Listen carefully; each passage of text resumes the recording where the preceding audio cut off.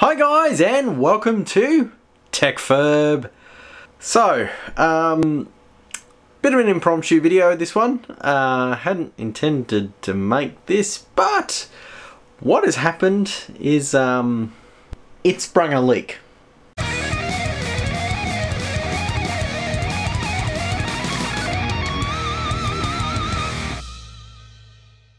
So, not really prepared for this video. This is going to be a very informal video. Indeed, I haven't even set up the lighting. I literally just had it happen and I thought, hey, camera, tech channel, people will probably want to know that this has happened. So I'll give you the quick rundown of what's happened. Something's gone on with the CPU water block. The computer was sitting there doing a render. I was actually rendering out a rally video. Hit the render button, walked downstairs, did something else, came back up. The computer was sitting in the login screen, which I found weird. Logged in, wasn't sure what was going on. All the work had closed. It was basically, it looked like the machine had rebooted, which was strange because the machine's been quite stable. And anyway, I had a look at a couple of things. I went, oh, it's a bit odd, alright. Opened up hardware monitor because there was nothing in event viewer, and the temperatures were at 100 degrees and the core clock was at 500 megahertz, at which point I knew that probably the pump had failed in the water cooling system. So shut the PC down, had a look at it. At that point the pump res was full, so no indication of a leak, and gave it a minute or two, powered the system back up, pump kicked in, and all of a sudden the water just went right down. Powered the system off immediately and noticed that bit of water leaking out of the water block. Not from the, it's not leaked from the tubes, it's actually leaked from within the water block. So it looks like there's a seal or something's busted in the water block. Potentially from running at 100 degrees, it's expanded. Who knows? So very odd. I haven't tried to turn the, as soon as I saw it leaking water, the system was off immediately. Let's strip this guy down and let's figure out how to get this all working again. The leak occurred right there. You can see that little droplet of water directly above that little bolt, and it's just leaked onto the graphics card there. So looks like it hasn't leaked anywhere else. I did see it leaking down here, but it looks like it's not gone too bad. So I don't know how much water is left in the system, but it looks like we haven't lost a whole heap of it, so we'll see. I don't know what the go is here. Can't really see it leaking from anywhere else. Certainly hasn't leaked just from that corner, so we'll see how we go. I do use demineralized water, so that'll probably be my only saving grace here. Is it is slightly electrically conductive, but it's not as bad as normal water. But given that it only had water on it for a few seconds while the power was still on, I might have gotten away with this. So we'll see. I'm going to start tearing this down. We're going to do a time lapse.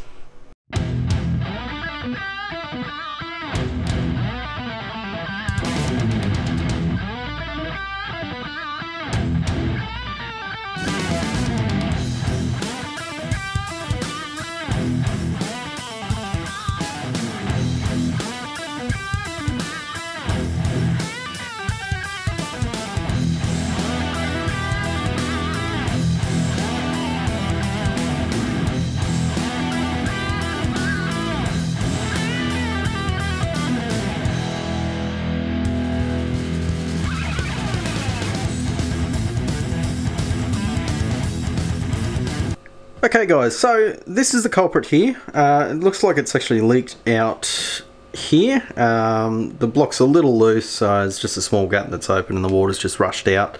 So it's not actually a fault where I've done my dodgy fix, which is nice to see that my dodgy fix worked.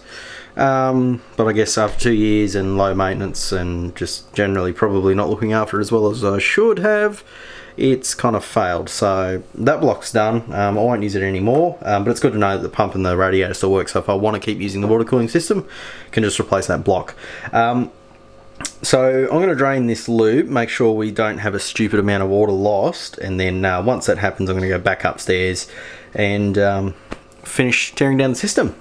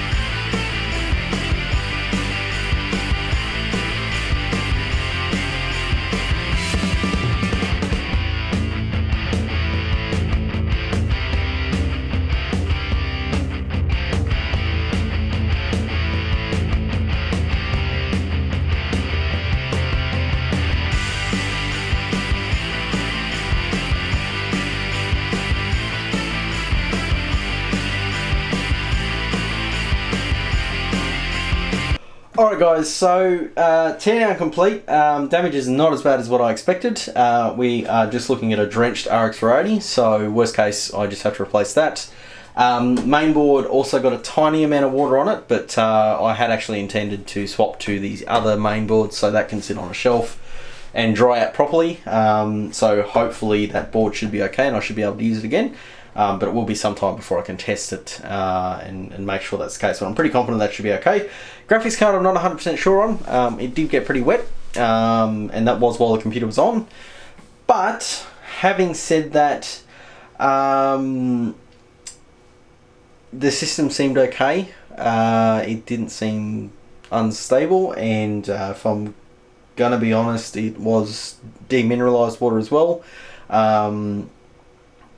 So I'm confident that I've gotten away with this one, but this scare has certainly been enough to put me off doing water cooling for a while. Nothing against the UK water blocks kit. That block actually probably failed because of myself. I've actually had to tear down that block, and probably when I've reassembled it, it hasn't been done perfectly, which is probably why the leak came, albeit like a friggin' 6 months after it was built. But when I did have a look at the block, it was a little bit loose and I could see a bit of rust on the screw, so it looks like it's probably a me thing that's happened. But hey, these are the risks you take when you water cool. It's an experiment and I don't regret doing it at all. It was the first time I've done it and I'm very happy I did because I learned a lot out of it and I enjoyed it too, which was the exercise. You know, I got to the point with air-cooled systems, I've done them for like friggin' 10 years now. And you just sort of get over it after doing the same thing for so long. So I wanted something different, did water cooling, tried it. Not for me. I'll go back to my good old air cooling and I'll find something else fun to tinker with, cooling wise, that's not destructive on computers. So we are going to build another system. I'm just going to whack my Ryzen 7 CPU, the RAM, not the graphics card. That's going to be a while before that one's used again. We're going to have to tear that down. And so yeah, new mainboard, or old new mainboard, so basically swapping out with my spare. CPU drops in, RAM drops in, we'll swap, put in a different graphics card, will become air cooled. Drives are okay, we'll just reuse the drives, and yeah, but that would probably be a bit of a boring video for you guys because I've done so many Ryzen 7 builds on this channel. We interrupt this regular programming to bring you this breaking news. Alrighty guys, so it's been a little while now. I'm not as stressed out and as depressed as I was in the start of the video. I have a working system. I didn't lose any parts apart from the water cooling system, but that's fine. GPU is back together. GPU is working perfectly. It's still getting stupidly good thermals. Especially for an RX 480. No issues. It ran MSI combustor for 24 hours, which is a stress test. No problems there. And I've also done something else that I was intending to do, and that is actually shrink back down the case size of my system so it becomes portable again. But crucially, it also is being virtualized now. So it's also, in addition to its 3TB and 256 gig SSD plus the NVMe drive, it now has an additional 2 terabyte drives, which are running my domain controller VM, which is awesome. So this machine is doubling as a DC and a file share, as well as my main editing rig with the full-blooded 8-core, 16-thread, 32GB RAM, RX 480. Even had my little capture card down the bottom there. So the system's in top nick. I'm actually super happy. I was very lucky that it came out without any core components being damaged. So I guess from this exercise what I can communicate to you guys is it's a good idea to water cool.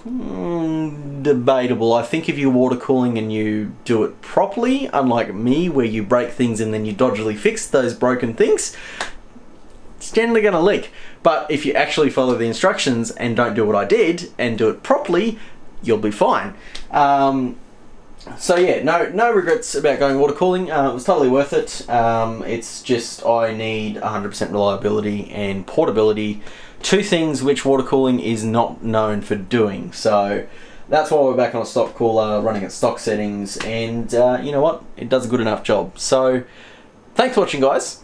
Leave a like if you liked it. Leave a dislike if you disliked it. Comments down below if you've got any questions for me. And I am going to do the live stream tomorrow night for the winner of the giveaway, because I said I was going to do that and I just haven't got to it. I'm sick of it. I'm doing it live stream tomorrow night. It'll happen. The winner will be drawn on the live stream. That way no one can say, oh, you picked someone you like. No, it's going to be completely random and on a live stream. So, yeah, that.